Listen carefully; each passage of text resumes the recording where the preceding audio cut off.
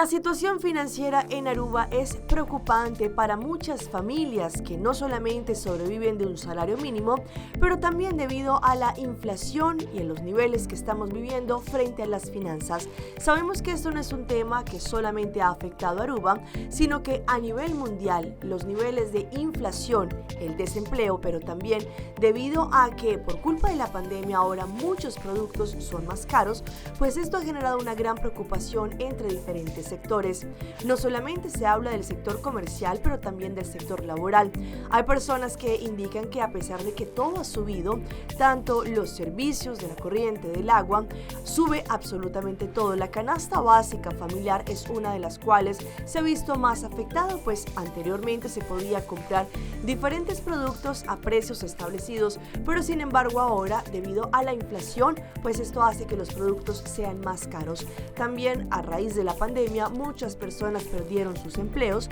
y esto hace que también hayan tenido que rebuscar una nueva forma para poder conseguir el dinero. Los habitantes se quejan de que a pesar de que absolutamente el costo de vida está muy alto, sin embargo el salario mínimo continúa siendo el mismo, siendo la misma cantidad de dinero que los habitantes reciben en sus manos, pero sin embargo hay muchos productos y servicios que sí han subido de precio, entre ellos por ejemplo la gasolina.